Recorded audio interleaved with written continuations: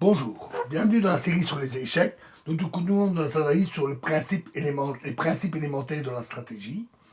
Alors, que pouvons-nous retirer des exemples que nous avons vus? Alors, on pourrait croire que dans chaque partie, le but stratégique principal est le mat du roi adverse. Une conception tellement superficielle de la stratégie ne suffisait qu'à la première époque des échecs modernes, lorsque l'attaque du roi était l'unique plan de jeu actif.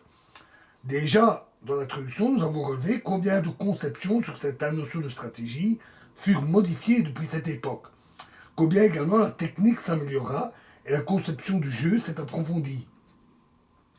Dans les parties d'aujourd'hui, nous ne rencontrons plus guère des buts stratégiques comme le gain d'un pion faible, alors que bien souvent on se bat avec acharnement pour de petits avantages, des petits avantages positionnels, par exemple la domination d'une colonne ouverte, l'affaiblissement des pions adverses ou la création d'un pion passé. Il est sans doute superflu de signaler que, même le meilleur plan ne sert à rien si nous ne parvenons pas à pas, à l'appliquer. C'est vrai aux échecs comme dans la vie.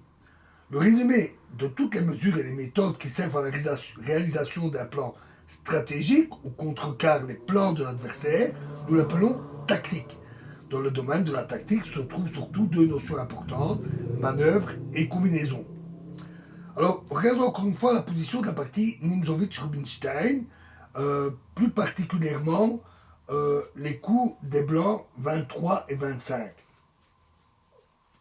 avec les manœuvres de la dame. Les trois coups de dame doivent d'un côté forcer un certain affaiblissement du roc noir, G6, l'avance du pion G6, d'un autre côté, détériorer la position des pièces noires par la protection forcée du pion D4 qui n'était pas protégé par le fou C5.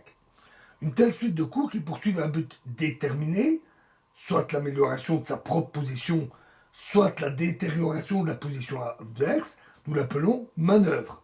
Lorsqu'une manœuvre provoque chez l'adversaire des coups forcés, nous l'appelons manœuvre contraignante ou forcée. Notons que ce sont uniquement les coups de l'adversaire qui sont forcés. Alors, tel fut le cas lors de la manœuvre de la dame blanche, où les noirs ne disposaient que de peu de coups de défense pour se prémunir contre l'attaque de la dame.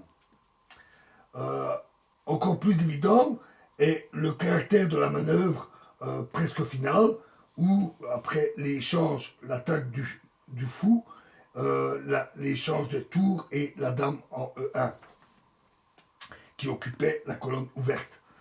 Alors, revenons un peu à la partie Duras-Barras, que nous avons vu dans l'exemple avant. La suite des coups qui étaient introduits par tour prend des 6, l'échange avec sacrifice de qualité, avait visiblement l'aspect d'une manœuvre forcée. Et cela avec une remarque particulière. Déjà, au début, a lieu un changement de force en présence, notamment au désavantage de la partie qui effectue la manœuvre. Les blancs sacrifient la qualité et introduisent ainsi une manœuvre qui a comme but d'exploiter la position exposée du roi noir.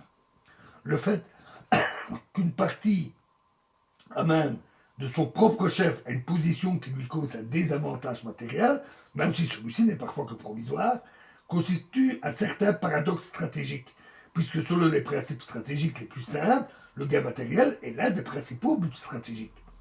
Une manœuvre contraignante qui repose sur certaines contradictions stratégiques, nous l'appelons combinaison. Très souvent, la notion de combinaison est confondue à tort avec sacrifice. Cela est faux pour deux raisons. D'abord, le paradoxe stratégique, qui est le principe de chaque combinaison, ne signifie pas nécessairement une modification de l'équilibre matériel, un sacrifice. Il arrive également que la partie qui effectue la manœuvre contraignante commence au début de la manœuvre par s'attirer à certains désavantages positionnels. Un point faible, l'échange d'une pièce mieux placée, l'exposition du roi, etc. Ce genre de faiblesse créée volontairement ou la provocation d'autres désavantages positionnels constitue évidemment aussi un paradoxe stratégique. Alors dans la suite de la manœuvre, la partie active atteint alors son but, une position qui est plus avantageuse que la position de départ. Dans ce cas-ci, il s'agit également d'une combinaison alors qu'elle n'est pas liée à un sacrifice. Ensuite, il y a également des sacrifices qui n'ont rien à voir avec une manœuvre. On verra dans la partie sur la valeur des pièces que les rapports de force matérielle sont relatifs et que la valeur des pièces dépend du caractère de la position. Nous y parlerons de sacrifices positionnels et stratégiques qui ne sont pas liés à une combinaison mais qui reposent précisément sur la valeur relative des pièces. Au domaine de la stratégie appartiennent encore d'autres notions, par exemple l'attaque double, le clouage, l'échec à la découverte, les pièges, etc. On ne verra pas le traitement détaillé de tout ça ici, mais vous pouvez vous familiariser avec ces notions à l'occasion d'études de différentes parties. Voilà, et nous verrons un exemple concret dans la prochaine vidéo. Je vous remercie.